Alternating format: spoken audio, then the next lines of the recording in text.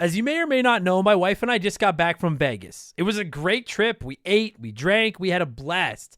But then we got home and looked at the credit card, and I gotta say, it doesn't matter how much fun you're having, $25 for a drink is a ripoff. Frickin' Vegas. I hate getting ripped off, and so do the lads over at Harry's. They spent years watching the razor blade companies rip people off and said, no more. Not all heroes wear capes, my friends, and they want to prove that they're legit by offering you hot dogs a $13 trial set for just $3 at harrys.com/RTG. I've been telling you about them for months, and I'm genuinely proud to have Harry's as a sponsor of this show. I wasn't kidding. The plastic, futuristic-looking crap razors you get at the store are overpriced and they're poor quality. Harry's blades are crisp, clean, and classy. They're the kind of razor you'd expect your grandpa to have on his bathroom counter. And most importantly, they work. Shave after shave, they're so smooth, they're precise. I used to go through the crappy store blades all the time, but Harry's are built to last. And they're not just better quality than the other names, they're more affordable. And they deliver. Just set your schedule, and for as little as $2, new blades, shaving creams, lotions, everything you need, right to your door when you need it. I genuinely cannot think of a reason not to try Harry's. And I'm not just saying this because they're sponsors. They're the best shaving supplies I've ever used. Try them out, and if you're not happy, your shave's on them. And unlike the other subscriptions, they're really easy to cancel if you want to too, which is a nice bonus, but believe me, you're not going to want to cancel. Getting ripped off isn't funny. Switch to Harry's. Get started with a $13 trial set for just $3 at harrys.com/RTG. That's harrys.com/RTG for a $3 trial set.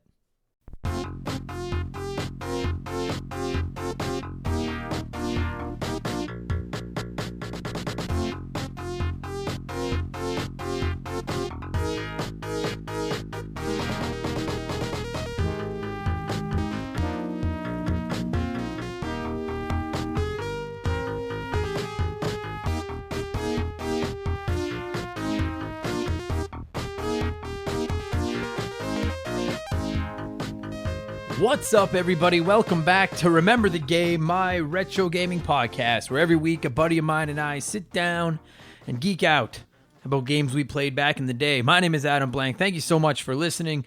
This week, episode 54, we are talking NHL 94 for the Sega Genesis and the Super Nintendo, but frankly, for the Sega Genesis, because it is the significantly better version, as much as that pains me to admit as a Nintendo kid. You guys, NHL 94, it's like one of the most iconic sports games of all time. Game's 25 years old, and it's still fucking incredible. So this should be a fun episode, I think, I hope. A little hockey-centric, because we did ice hockey a few weeks ago, and now NHL 94, but you know what? I'm Canadian, and I could only fight against my Canadian heritage for so long before we started dipping into the hockey world. So that's what we're talking about this week. Before that, I got to ramble for a few minutes, otherwise the episode isn't long enough. And frankly, I have to stroke my own ego and ramble a bit. We're on Twitter and Instagram. I don't plug that every week. I need to try to remember to do that. If you're on those platforms, please follow me. It's at Member the Game, just like Remember without an RE at the front. Twitter and Instagram. And we're on Facebook. Just search for Remember the Game on Facebook. And also youtube.com/Remember the Game. And our YouTube channel features game reviews, episodes of the show, Let's Plays. It's all kinds of cool stuff. So, I try to subscribe back and follow back to everybody on there. On Instagram, I may have missed a few follow backs because I try to avoid following, if somebody follows me and they've got 50,000 followers and they're following 500 people, then I'm not going to follow you because you're probably just spamming me trying to get my follow, and my follows are valuable, even though I never go on Instagram and like anything because I just never go on Instagram. But please follow me. I'll follow back, show some love. I'll show you some love. I like to message and all that kind of stuff and blah, blah, blah, blah, blah. You guys know how that works. And also, as I plugged off the top, we are on Patreon, patreon.com/Remember the Game. Our first ever Patreon exclusive episode went live. By the time you're hearing this, it'll have been a couple of days ago, but yesterday on Monday, July 8th. It was about Cuphead, all about the phenomenal indie that is Cuphead. I've gotten some really good feedback on it, and it's not too late to sign up. $2 a month is all it's going to take. You're going to get bonus episodes, shout out on the show, and you're going to get entered into our giveaway. So please consider checking that out. Patreon.com/rememberthegame. Oh yeah, and we're giving away a Sega Genesis Classic in September, and we're going to be doing the draw for that in the middle of August. So the deadline to get in on that is July 31st. So if you would like to be entered in the draw to win a Sega Genesis Classic, again, $2. All it's going to take to get entered in the draw. Please go to our Patreon and sign up. All right, I'm going to stop plugging it so much. Well, no, I'm probably not, but I should stop plugging it so much. And if you're enjoying the show, please leave us a good review on stuff, like, I mean, preferably on like iTunes and stuff, or even like sometimes people just send them to me like privately, and that's really cool too. I always get a kick out of reading them. Makes me feel good. And I got one I want to read from dude. I'm not even gonna attempt to fuck up your last name for like the 12th time, but Toddy, a dude down in old Australia, sent me a message. Man, it was nice waking up to an early week podcast, haha, which was the Patreon one earlier this week. Dude, where I'm from in Australia, coastal town, we have a saying for rad dudes like yourself. This is a full compliment, by the way. Sickest cunts. You're a sick cunt. Ha ha ha. It's the highest compliment you can receive. And that might be the nicest thing anyone's ever said about me. Being a stand-up comic, I get heckled sometimes, and I've been called the C word. I don't even want to say it too many more times because in Canada, that is not a compliment at all. I don't think it is anywhere else. Anyway, and I know there's some children listening to this, so don't say that word unless you're in Australia. Then apparently you can say it as much as you want. But dude, that's really cool. I got such a kick out of it. I put it on my my personal Facebook, and all my friends were laughing and were like, "We've been telling you that forever," and ha ha ha. So, Toddy, thanks, man. Thanks for the support. He's a Patreoner. He's just a loyal listener to the show. He's messaged me a few times. Seems like a pretty rad guy. So thank you so much, dude, for the kind, apparently kind words. That's very nice. I am a sick cunt. I saw a huge spike in downloads this weekend, like over the last 3 or 4 days, and I have no idea where the fuck it came from. Like several hundred downloads over the last few days, and I have to assume what it is a couple of new listeners have discovered the show, and this seems to happen every once in a while. A new listener will discover the show, and then they'll go back through the archives because we're at 50. I can't believe we're at 54 episodes. That's crazy. But they'll go back through the last 50 plus episodes and look for. I can see the downloads. I see that, the Zelda level or episodes and stuff like that get more downloads. But people go back and cherry pick and look for other ones to listen to. And that's awesome. So if you're listening to this and you're new to the show and you just found us here, give or take around the 4th of July weekend, well, thanks for hopping on board and thanks for listening and thanks for downloading. And please hang around. The show is of the average to subpar quality that you've come to expect from listening to all those old episodes. But that's pretty neat. I'm still working on Let's Plays. They've been going up on the YouTube channel. This will be the first couple of days that I won't have posted an episode since I started them. And it's a really big learning experience to record them and edit them. I've had some ups and downs. I accidentally uploaded a few without my commentary in them the other day, but I fixed that. They're such a fucking time sink. And I just don't have time to do them, and they only get a dozen views each. So I mean, hey, like I know some of you guys listen to or watch them, and thank you so much. And I am going to keep doing them, but I don't know if I can keep up with every day, especially with my schedule being on the road as a comic and stuff. The podcasts I can kind of do on the road, but the Let's Play I'm not bringing all my shit. And then we share, like, for any just a little bit inside. If you're a comedian, a lot of comedy clubs will put you up not in a hotel room but in a condo, like they'll own an apartment or a small house. And you'll share it with the other comics. And the last thing those other comics want to hear is at 8 in the morning after a late night is me sitting in my room yelling at my TV because I'm dying in Super Mario Brothers. So Let's Plays may suffer for a little while, but I'm going to keep plugging away at them. And I'm also working on a Ninja Turtle review for the NES. I don't know if I've actually said what game it is. I just kept teasing it, but it's going to be another review. We already did a Mario Kart one that seemed pretty well received.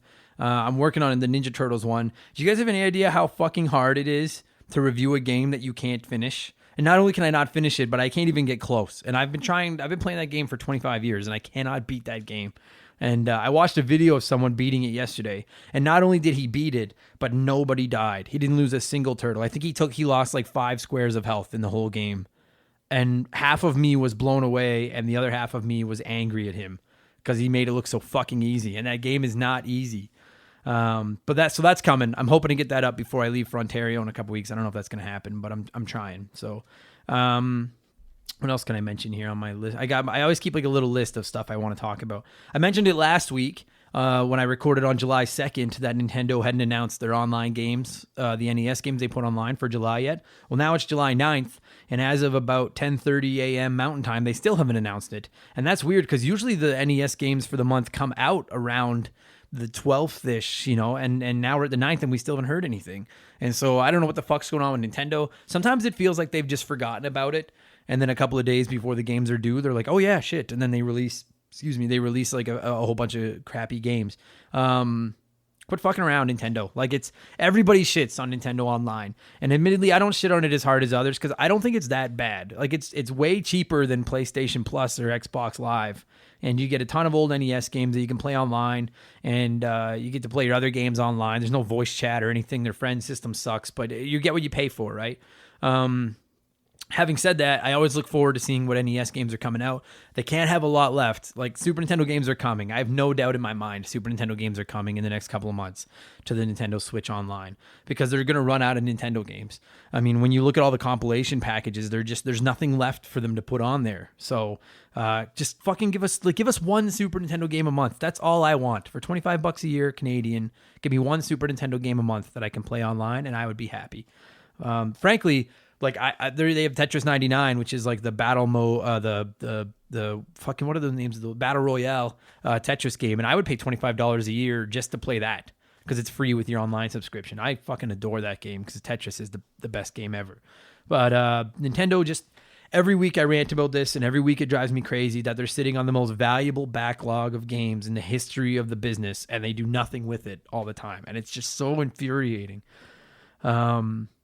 Speaking of old games, it's recently come out that the new Pokemon game that's coming out in November, Pokemon Sword and Shield, is not going to be compatible with Pokemon Bank, I think is what it is. And like, so you're not going to be able to bring all your old Pokemon in, and not all the Pokemon are going to be in it. There's got to be like 3,000 Pokemon now. It's like 800, I think, or something.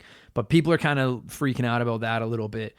And eventually that was going to happen. Like eventually there was going to hit a point where they had to have been like, yo, we can't possibly put all these Pokemon in. And the thing is people are freaking out saying, how could you not put all these Pokemon in?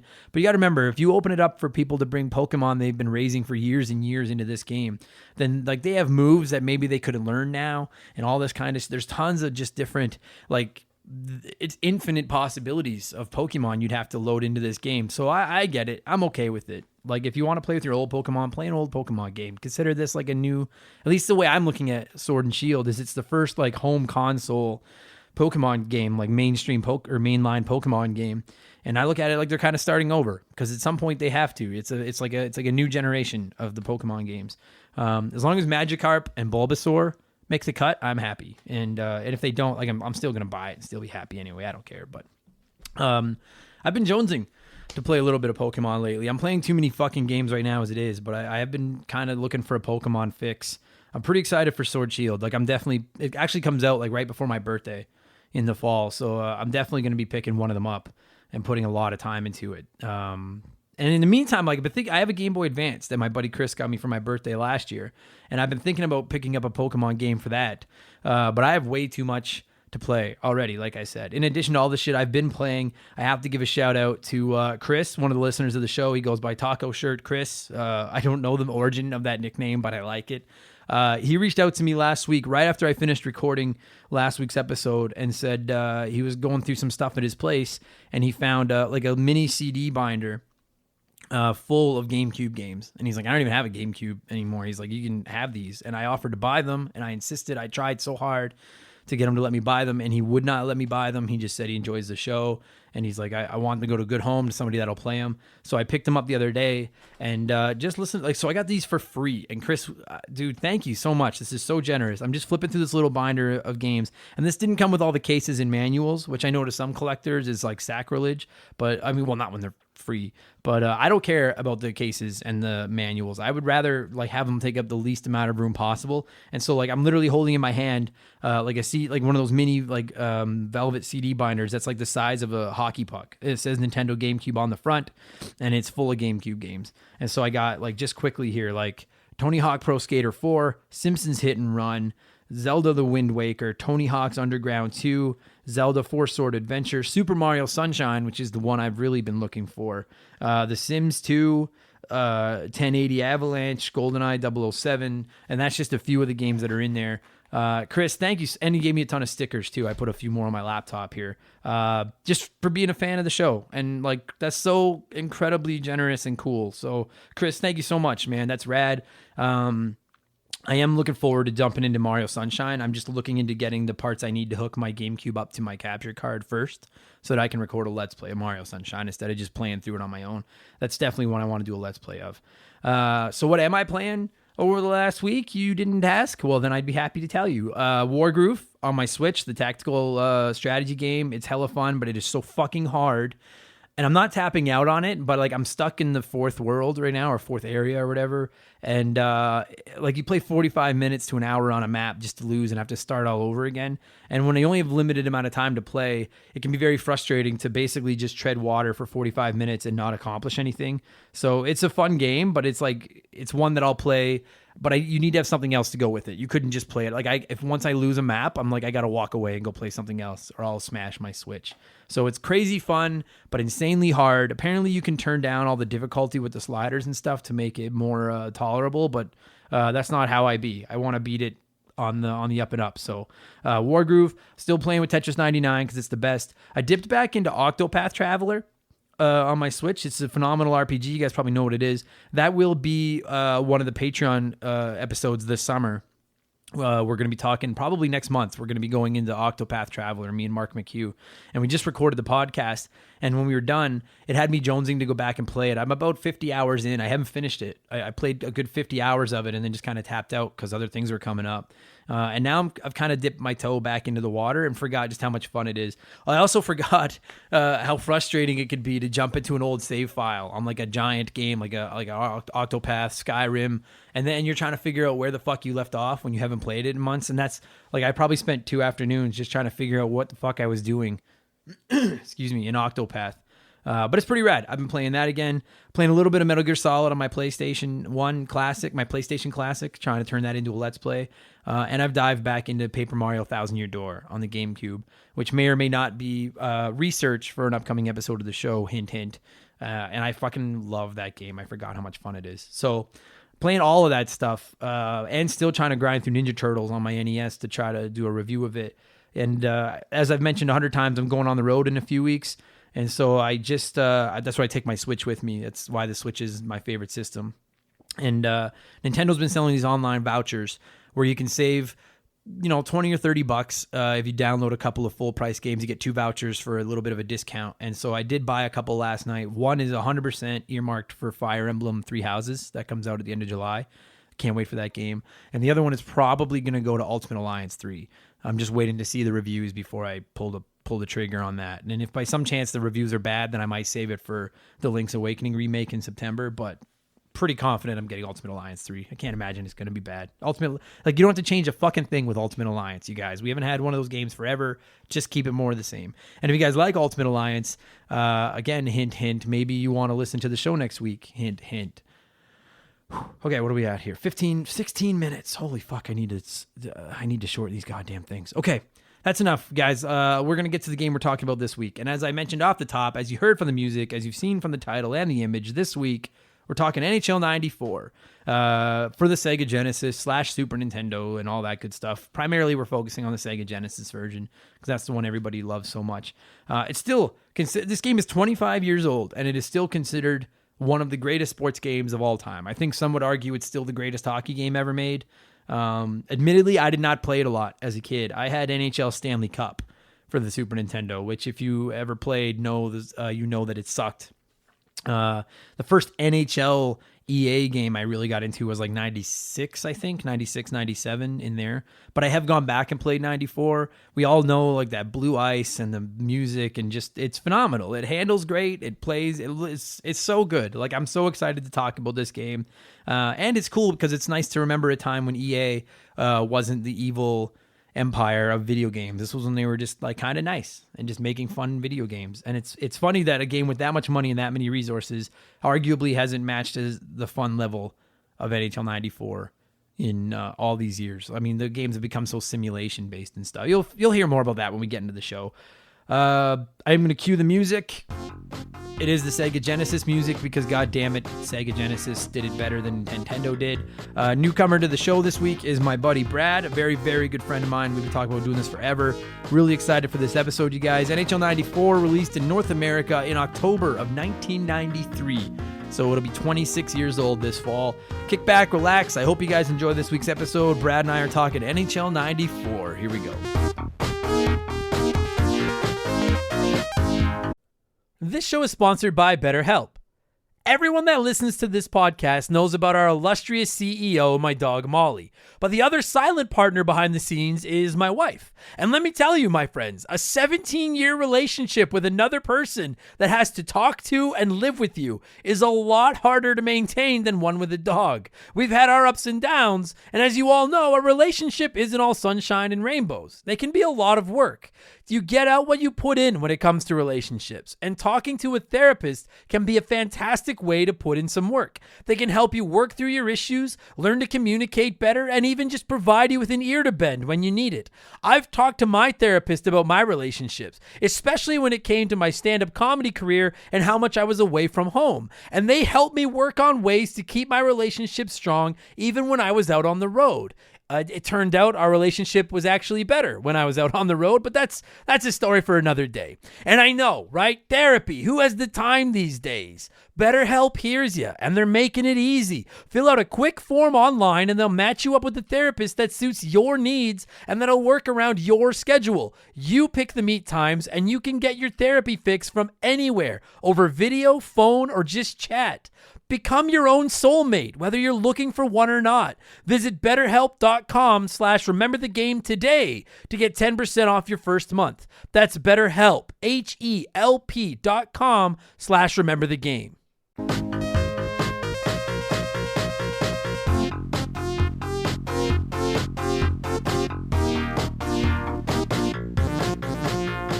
All right, a little bit of a disclaimer to start this episode off. I'll probably have mentioned it again in the intro as well. We are talking NHL 94 today, one of the most iconic sports games of all time, but we're probably going to wander into NHL 95, 96, 90, in the mid-90 NHL games. I am not doing a fucking episode of this show for NHL 95, 96, 97. That's not fucking happening. So we're probably going to do a little bit of wandering. We're going to start to try to stay on focus on NHL 94. We'll see where it goes. My guest this week, returning to the show, or maybe it's his first time because I don't know which episode is going up first. I don't plan that far ahead. Very good friend of mine, Mr. Brad Warren. How are you, buddy? Good, pal. How are you? Great. NHL 94. Yes. Pretty iconic video game, man. It is the game. Now, you had told me before you were a fucking Sega freak. Oh, yeah, 100%. Now, it's funny because I'm a loyal, die-hard Nintendo guy. See, but you know deep down which game was way I'm fully better. aware. Like, when it comes to sports games as a whole, the Sega kicked the Nintendo's ass. And you know, NHL it's 94 funny. just looks better on the Sega. It And just is better. I don't know the backstory of it. I would love to read there doesn't seem to be a backstory of why these games were so different because it's not like the systems were that far apart. Are they not? Well, I think that the Sega had some stuff under the hood that Nintendo couldn't keep up with. And just reading here, I didn't realize this. It's two different developers. What? Like the SNES version was developed by EA Canada, and then High Score Productions developed the Genesis and Sega CD version. Really? So that probably has something to do with it too. The Sega CD. What a piece of shit. Now, admittedly, I didn't play a ton of NHL 94, period. Like, NHL 96 was the first one that I really got into. Well, see, that's the one you and I were just discussing earlier. Yeah. That's where it really changed. Yeah, like... This 96 is like, that's when they added the season mode and transactions and trades. And... Well, because I read about that a little bit this morning, and I guess, like, in 95, they did add a season mode. And trading players. Okay. NHL 95 took a ton of shit from people because everyone was like, well, NHL 94 was perfect. Like, yes. With the exception, and we'll get more into it, but like with the exception of the lack of depth. when it comes to like a career mode, or modes season and mode or everything anything. like that. Yeah. It basically had like exhibition. I think you could play a best of 7, Yeah. a shootout. That was about it, right? Yeah. But it was all about playing with your buddies, and so Yes. that's really all that mattered, Right. Whereas obviously, and I mean, fuck, if you look at the NHL, like I don't, do you play? Have you played NHL 19? Like I haven't played an NHL game in a few years. You know my backstory with us working together. Oh, yeah. This was the first year I bought it in like 4 years, and I was impressed. It's still shit in so many ways. It hasn't changed the game engine in probably almost 10 years now. Yeah. So it's okay. It's funny, but yeah, they're so like they're so fucking deep now. Like because again, I think probably 16 or 17 was the last one I played. Right. And like, and even then, like you've got a whole minor system to manage. You've got your salary cap, the drafts, because there's dynasty mode, which is my go-to. I love dynasty. I'm mode. a dork. I love that stuff. Right. Yeah. But like, and that's like NHL 94. Like to not even have a season mode is like, I mean, it's a little weird, but I Right. guess, but the gameplay. Like, here's the problem. Okay. All right, here we go. Here's Adam's fucking soapbox. Here's the problem. NHL 94 was a fucking blast to play. I didn't play it a ton as a kid, but I have played it a lot since. I know this game. That I think of that fucking iconic blue ice with those fucking pixelated stars under the players, and like the way they skated even. It almost was like it felt like you were on ice. Like they started out kind of slow and then got moving, and then they were just flying, and the puck was huge, but it felt like a puck, and like the puck looked like you're playing tabletop hockey. Yeah. It It was rad. And so then, like, I think almost anybody would have been like, well, the next logical step is give us a season mode. Let us fucking, because you could edit your lines in this game and stuff, but you couldn't trade players or sign free agents or anything. And so the next logical step was like, well, let us edit or let us run it through a season. And then when they gave us a season, they changed the very gameplay that made it so cool in the first place, which is so fucking stupid. Typical EA. It is typical EA. Every time they get something right, they fuck something else up. They like when you think about it, 94, again doing a little bit of research. I can't remember how to do it, but it was the first time you had one-timers. You had one-timers, and everybody knew the one-timer was the fucking way to go. Oh yeah, Like- if you're firing rockets, you're done. Like basically what they did with 94 was really perfected like an arcadey hockey game. Yes. You know what I mean? Like just even watching like clips of it getting ready for this show, you know what it looks like to me is it's like this is like the next generation of Blades of Steel and ice hockey. Yeah. Because those games were just fun, basic hockey games, and this just looks like that taken to like a 12. It's on It steroids, looks nice, and it's- it like the just- jerseys look good. It plays well. Yeah, it plays really well. Well, it's funny because again, obviously both you and I discussed about doing research.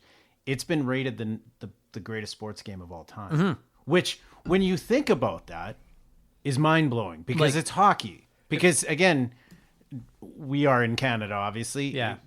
The States didn't give a fuck about it, but you know what? It sold like crazy. Sold so good because it was just fun to play. These EA games, when EA was at the top of its game, making these hockey games, they were in movies. Swingers, if you've ever seen it, it's a great scene. I'm going to make Gretzky bleed, and he did. But just the small things. But this game was so well played because, again, it was multiplayer. And it just made life so much fun. I'm reading right now.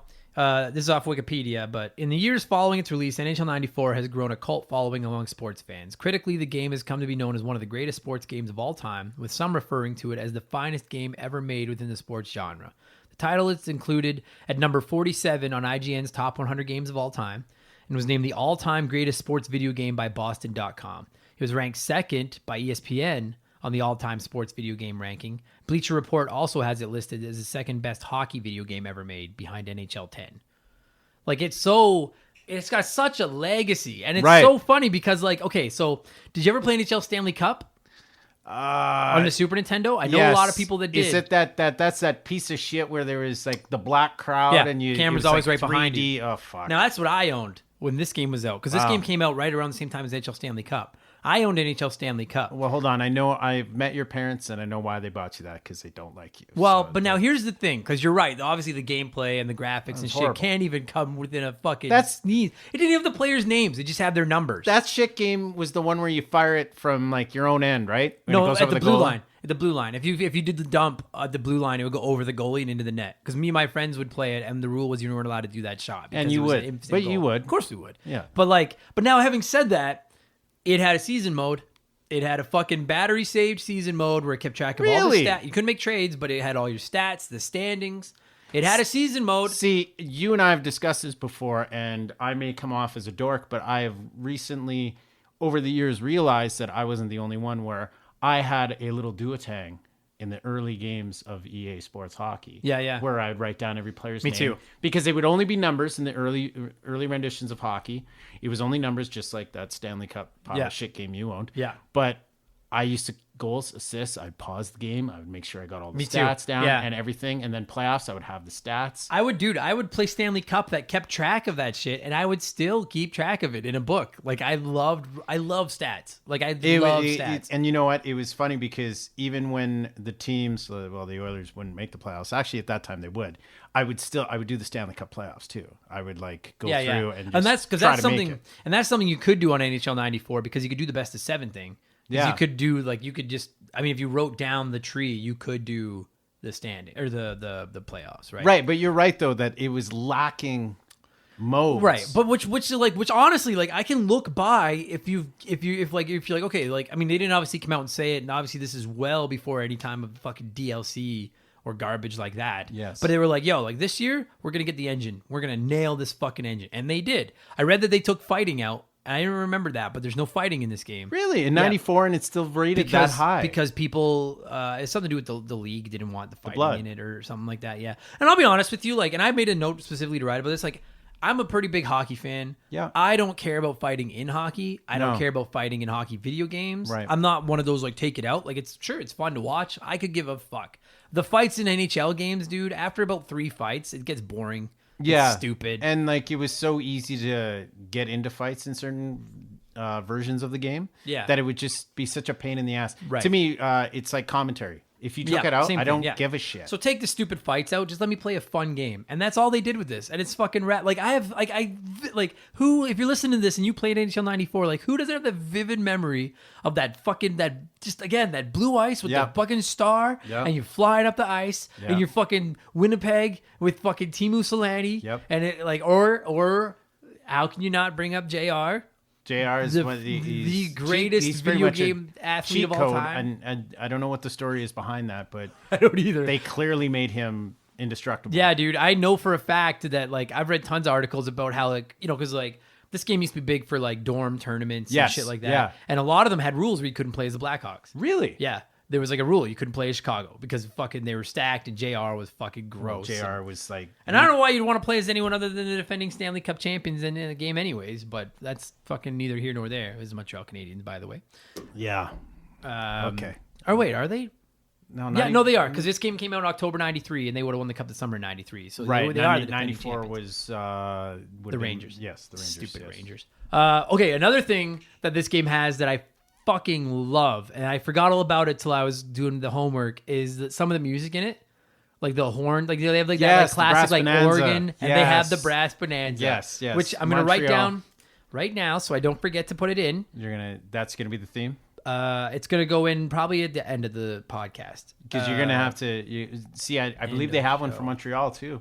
Yeah, they do. Yeah, there was a few different songs. There was like the Saints Go Marching In and stuff like that. But the Brass Bonanza is fucking... if you're going to do it, you're going to have your Montreal opening. No, I'm not. No, I'm going to stick... No, because that, like none of them can touch the Brass Bonanza. So like when I get to the end of this discussion, you guys, and the music kicks in to take us into the outro, it is going to be the Brass Bonanza, which is the song, the Hartford Whalers, like go-to track. God, I miss the Hartford Whalers. Who doesn't? And it's one of the greatest like songs in the history of sports. It's greatest jersey probably. Dude, top 5 jerseys. And that's another thing I love about this game, and I just love about old sports games, period. But like I really love about this game is like just that fucking like it has the old Winnipeg Jets, it's got the Hartford Whalers, it's got the rosters, man. The Mighty Ducks, it's got the rosters. It's got the guys we like.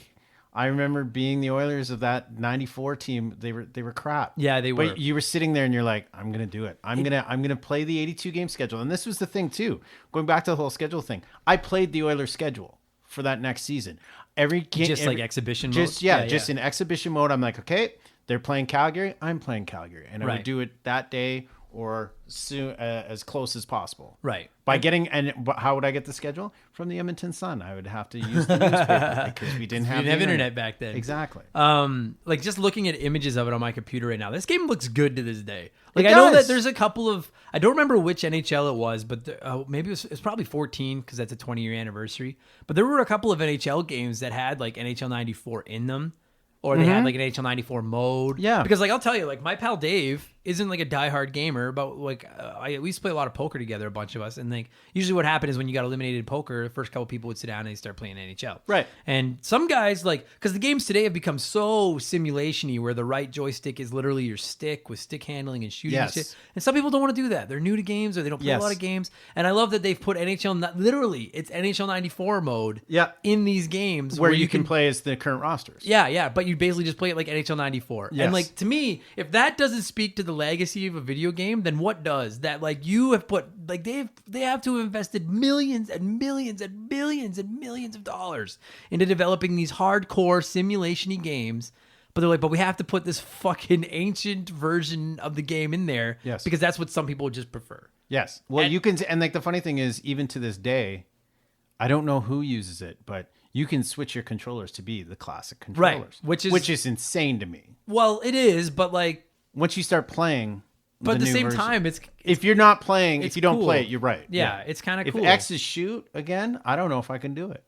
Oh, it'd be weird. Yeah. You know what I mean? Like, it'd be weird. Like, how do you? Anyways, yeah. No, I agree with you. There's not a lot of there's not a lot of reason to go back and play old sports games. No, you know, I mean, especially.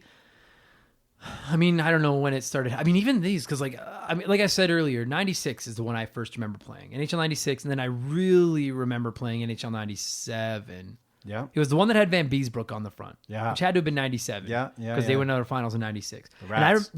And I remember literally just renting it over and over and over again from the video store near my house so that I wouldn't lose my season and bringing it home and just keep playing my season because it was so much fun. See, there's so many vivid memories of these games, not just saying 94 or whatever. I remember we rented a Sega Genesis. We didn't own it. Had probably about a 32-inch tube TV. Yeah. We brought it downstairs. It weighed 400,000 pounds. And we rented this Genesis, and it came in a black hard plastic box. Those old cases? Yes, and clicked it open. The two games we got was the very first NHLPA by EA Sports. Yeah. And then Spider-Man. Which was like NHL 93. Yes. They just didn't call it 93. And then Spider-Man. Spider-Man was fucking garbage. I know you're a huge Spider-Man fan, but that first original Genesis game is crap.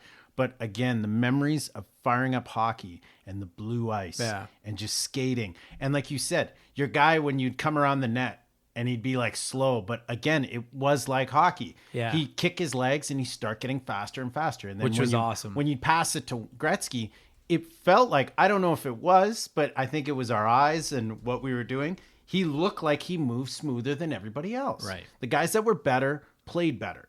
Right. Which is crazy when you think about it because of the graphics and everything and the actual meat and potatoes of that game. How they did that was insane. Yeah. And you know what's like, to me, what's funny is like I kind of got lost on a rant about it, but like there's not a lot of reason to go back and play old sports games. Like if you're sitting here with NHL 19 right now or Madden 19 or fuck it, whatever, FIFA, it doesn't matter. Unless there was something in like NHL 14 that you just really adored or you're just too cheap to buy the new version every year. Yeah. There's not a lot of reason to go back and play those games, right? Whereas like, dude, when you go back, and I don't even just mean NHL 94, but like NHL 94, Tecmo Bowl, NBA Jam, like these fucking old, like the bases loaded games on the NES, like these old sports games that don't have deep season mode. I know sometimes bases loaded, it doesn't matter. But like you go to these old games that don't have these super deep modes or anything like that. All they had to get you to play them was fun gameplay. And there's something to be said for that when you won't go back and play NHL 15, which is an absolutely remarkable, and I'm just pulling a number out of my ass. It looked good. You know what I mean? But it's like, this is like a high-tech, incredible game. Like, no, I want to go back and play fucking NHL 94 or Tecmo Bowl. To that argument, the version that had 94 in it, I played 94 for 5 minutes. I thought it was great. Right. And then I was done. Sure. But it still look, It's one of those games where I think you're right though. It's memories. Right. It's the same It's all as about the vivid memories. it's the same as ice hockey. Like we just released an episode about ice hockey on the podcast here in the last. By the time this goes up, I don't know. But there's an episode about ice hockey in the archives, and ice hockey is available on the Nintendo Switch now as the NES Online. Right, which And I have as well. It's fun. Like my buddy Chris and I have played it against each other online a few times, but like outside of playing it multiplayer, there's nothing there. No, when you look back at a lot of those old games that they offer, unless it's a one player like Ghosts and Goblins and games like that where you're immersed in that trying to finish it. Right. But when you get to those sports games, yeah, dude. you're like the one player mode is not. There's nothing there, right? No, but like no. to sit down, you and I could sit down right now and fire up NHL 94 and have a great time. Yes, or Tecmo Bowl. Yeah, or any we'd of kill those ourselves old laughing school games and go. I hope. And the best part about that is again the nostalgia, and then going, holy shit, I forgot that you could do that. Right, like the cheap goals, everything like that. Yeah. Like that's a question for you. What? In that era, did you try not to do the cheat goals? No, I remember specifically like in NHL 96 or 97.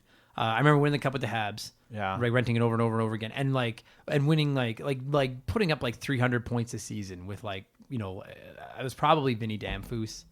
I want to say because I love Vinny Damphus. But anyway, you're such a it's heel. it's either that fucking shitty deke goal that the goalie never stops, or I vividly remember when you were coming down. Okay. You could hug the boards. Okay. And then right around the circle, just let her go. And The goalie wouldn't stop. the goalie wouldn't move. It was the best. Or when you'd come around the net and you just cut right across the bill. Yeah. And I'll tell you, dude, because I mean, the people will still complain about the goalies today in these games. Oh, that's my number one complaint. Right. But I'm sure it is incredibly difficult to design an AI controlled goalie that isn't too cheap, but isn't cheap enough. But the problem with today is with the standard of systems that we have.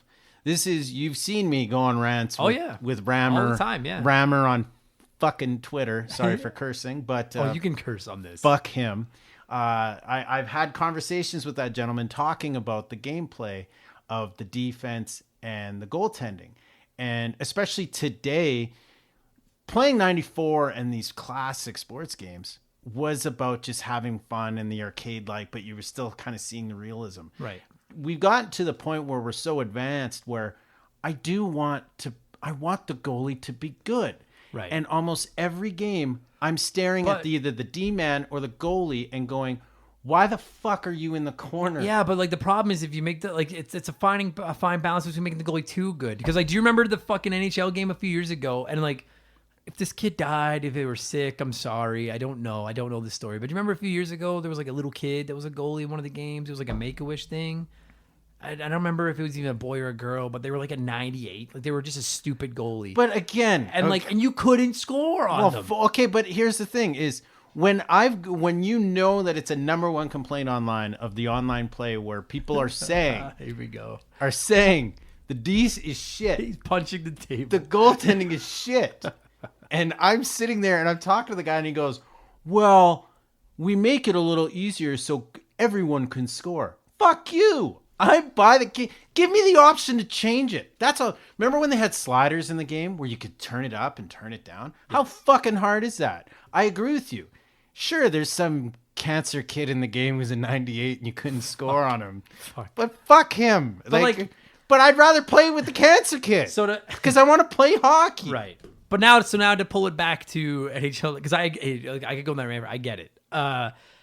When you go back to NHL 94, that's another there were cheap ways to score. It was easy to score. You could run the score up, but it was so much fun to do that didn't matter. See, yes, but to me, I actually have work ethic, and I worked the games. I didn't have 300 point seasons with Vinny Damphus. I'm sitting across from you. Then you're just a terrible GM. I guess I am.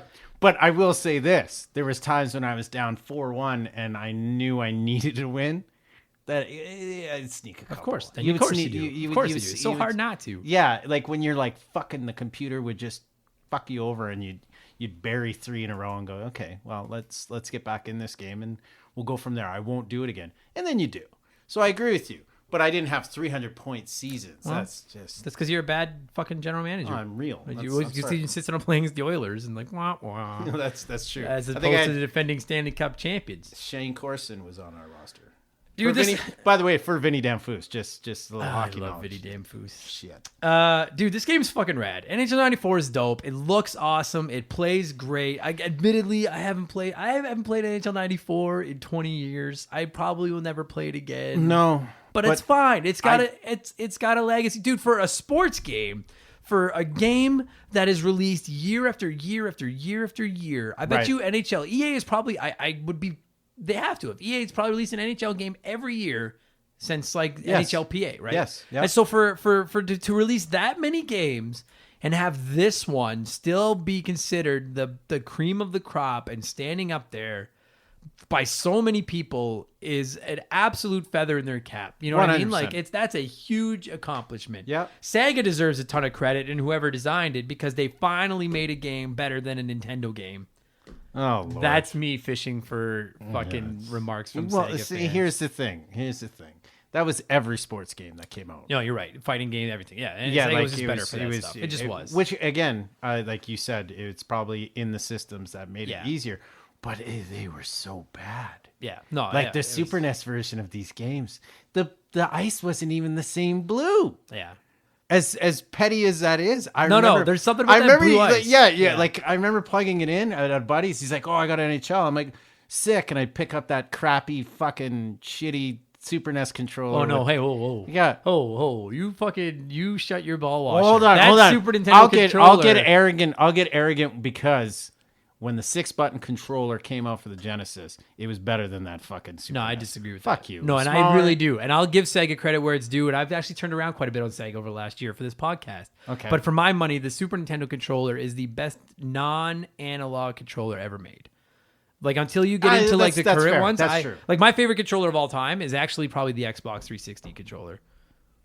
Really? It's perfect. It No, fits it's so PlayStation. perfect. It handles so It's good. PlayStation. PlayStation's got a great controller too. No, it's the best controller ever. No. They've kept the same controller the whole time. Oh, I agree. It's fucking great. I prefer a little bit more meat. You know, I don't want to. I like some meat on the bone. Well, you know? see, that's fine. That's fine. Now we're But, getting into yeah. something entirely away from. When it comes to NHL, like I told you this, my number one memory was I had a Game Boy. I had over 20 games. I kept all the boxes, the instructions. I could probably sell all that shit today for a lot of money.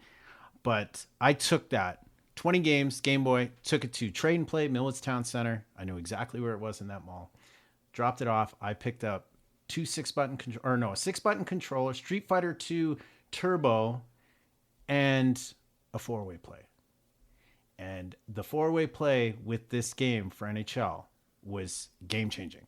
Yeah, I'd believe that. Because when you got to play NHL 93, 94, going forward with 4 guys on one system, Yeah. it was the precursor to the N64 because you and I have discussed the N64 when it comes to wrestling games, everything like that. Sure. How much it changed everything. When you had 4 guys going on a Genesis playing NHL, I vividly remember being in a buddy's house. We were screaming. His mom, he had a sleepover. His mom came down multiple times and told us to shut the fuck up. Yeah, it's those memories though. That multiplayer, just sitting together, like there's, I don't know, man. It's cool to be able to play a game online, but there's just something about this sitting beside a buddy on the couch playing a game that just is so much better. Yeah, it is. It's because you can look over at a guy and you just fucking know when he's cheating. Yeah, like you and I have never sat down to play games, but I know exactly what you would fucking do. I've worked with you before.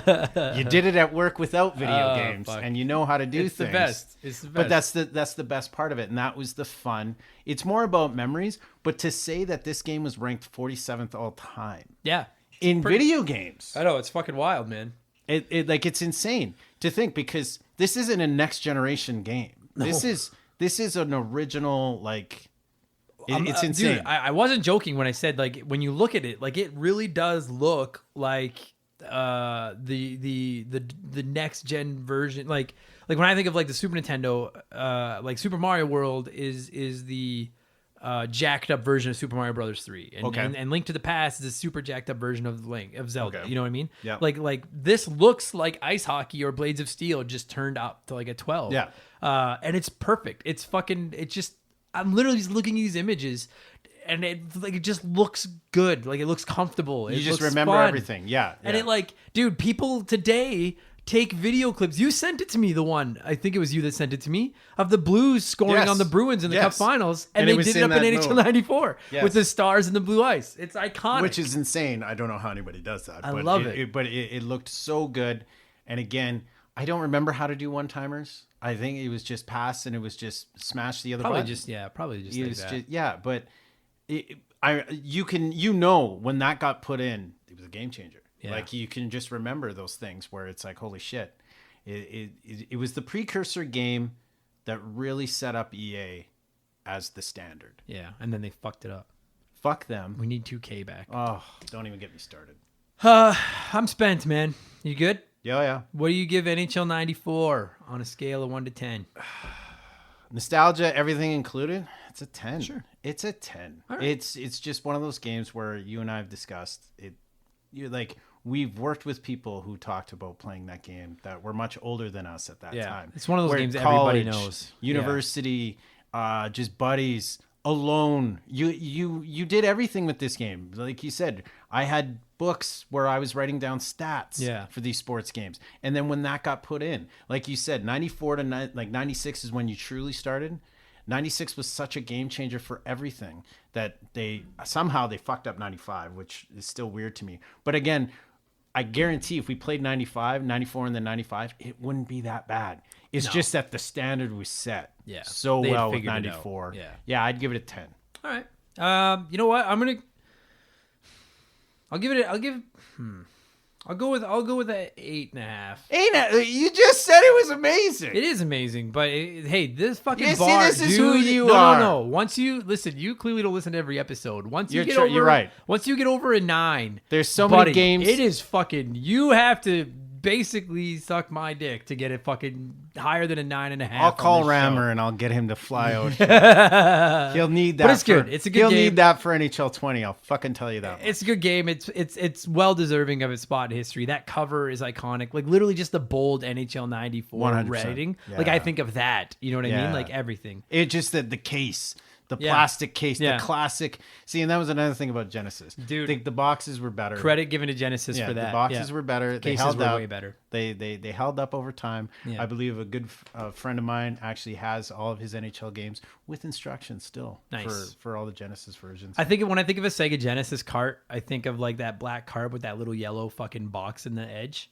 Like that little yellow block that was like the battery or something that went in it. Yes, You know what I mean? yes. Yeah, I always, and you know what, as a kid, I remember grabbing at it and trying to yank course, it out. not and knowing I what it don't- was. I don't know if they. I was always, as a Super Nintendo kid, I was always envious of those cases. Because I remember going to my dentist always he had a Sega Genesis in his office that you Really? could play while you're waiting. Oh. And I would either play like Aladdin or Lion King, or Uh-huh. I would play NHL. And I would always take it down in those nice boxes and just be like, that's dude, nice. that's such a nice But you know what it is? That really what most of those Sega Genesis boxes are is it's just like a really nice garbage bag. Like it's a nice case, but inside it's just trash. Well, see, there you are. See, you're such a heel. Because you Sega have that way. sucks. Yeah, well, in the end, they did. They Yes, did. They Yeah. did. They didn't lost. survive. They lost. Yes. Yeah, I guess a good hockey game wasn't enough to do it. Brad, thanks for doing this. Well, listen, thanks for having me on. I was going to tell you, yes, I do listen to your podcast. Some of these games, I have no idea what the fuck I get it it. is. But Here's the thing is, man, you're doing an amazing job. I'm proud of you. There's a lot of people that know you. I just wanted to say that. You're doing a great job with this, man, and I wish you nothing but the best in the future with this podcast, and it's going to grow and get better. Thank you very much, man. Nice. Or it'll be folded before this episode goes live, but probably hopefully the first one. That's fair. Thanks for doing this, buddy. I appreciate that. No problem. And you guys, thanks for listening. Now I'm going to play the Brass Bonanza and then do the outro and plug all my stuff. Great and team. leave. Yeah. All right.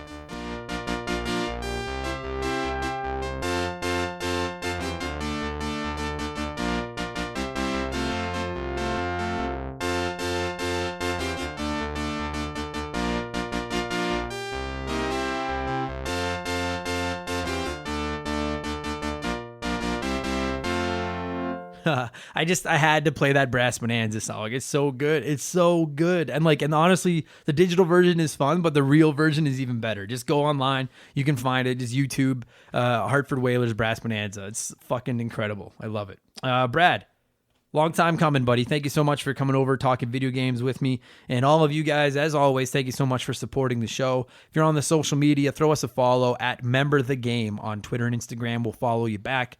Facebook.com/RememberTheGame and YouTube.com/RememberTheGame. I try to subscribe back to everybody. I love interacting with people. Don't forget to check out our Patreon, you guys. The draw for our Sega Genesis Classic will be happening in August. You've got till July 31st to sign up. It's $2 a month, and you get a ton of extra shit when you sign up as well. You'll see it all over there. Patreon.com/RememberTheGame. Please leave us a good review if you enjoyed the show.